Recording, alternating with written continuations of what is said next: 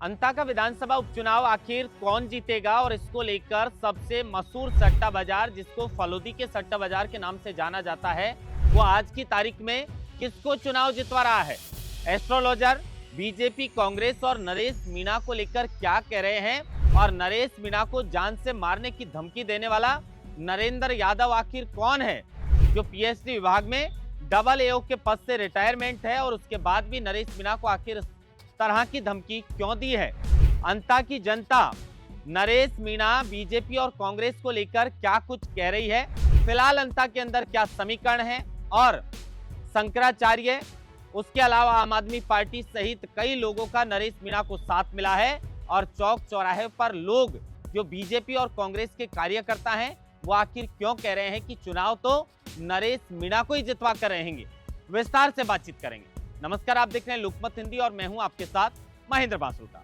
जैसे जैसे चुनाव की तारीख नजदीक आ रही है वैसे वैसे अंता के विधानसभा उपचुनाव का सियासी पारा भी अपनी चरम पर जा रहा है।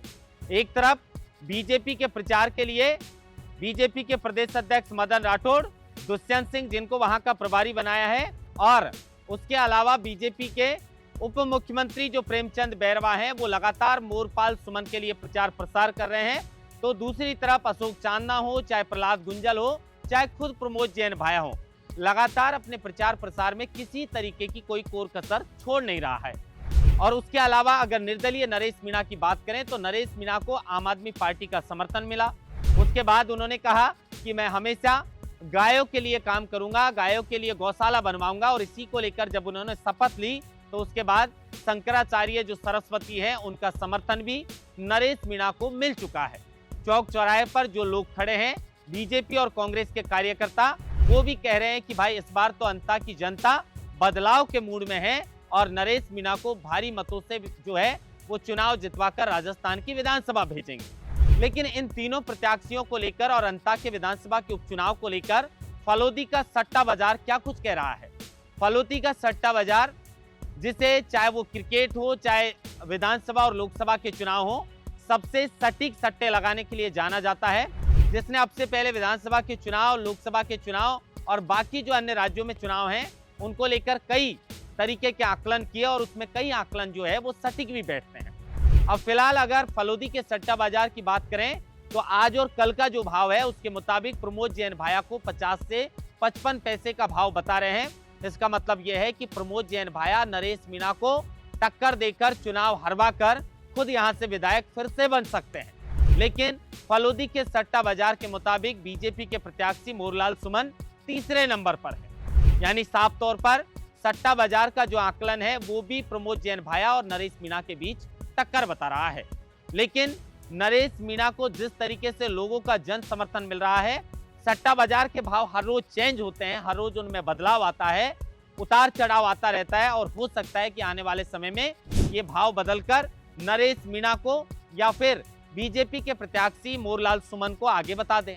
अब देखिए, सट्टा बाजार का अपना आकलन है, इसकी हम पुष्टि नहीं करते, लेकिन हमेशा ये विधानसभा और लोकसभा के चुनाव को लेकर इस तरह के सट्टे लगाता रहता है और इसके भाव के आधार पर लोग आकलन कर लेते हैं कि कौन सीट, कौन सा प्रत्याशी निकालने वाला है।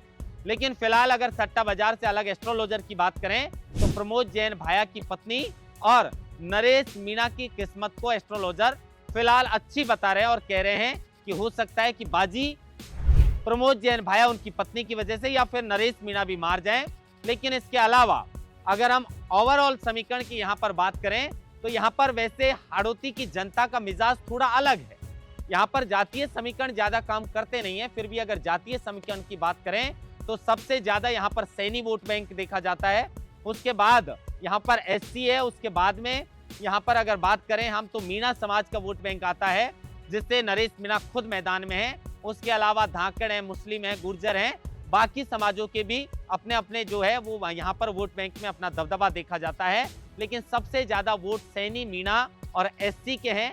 अब ये तीन जो कौम है इनका रुझान किस तरफ है और आखिर ये ईवीएम में सबसे ज्यादा किसका बटन दबाएंगे, उस प्रत्याशी की जीत होगी। लेकिन फिलहाल यहाँ पर त्रिकोणीय मुकाबले के बीच स्पष्ट आकलन कोई लगा नहीं पा रहा कि आखिर कौन बाजी मारेगा। लेकिन बाजी कोई भी मारे, फिलहाल की जो स्थिति है उसके मुताबिक चाहे प्रमोद जैन भाया हो या मोरपाल सुमन हो, नरेश मीणा साफ तौर पर उन दोनों को टक्कर देते हुए विधानसभा के उपचुनाव में नजर आ रहे हैं।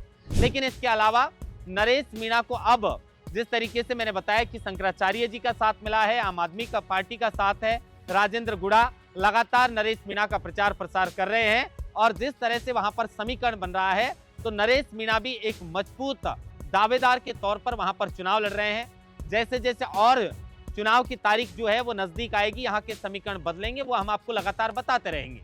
लेकिन नरेश मीणा को धमकी देने वाला आखिर नरेंद्र यादव कौन है? अब नरेंद्र यादव जिसने 10 लाख रुपए की डिमांड की, अपने उल्टे हाथ से लिखकर नरेश मीणा को और नरेश मीणा के पिताजी को ये खत भेजा।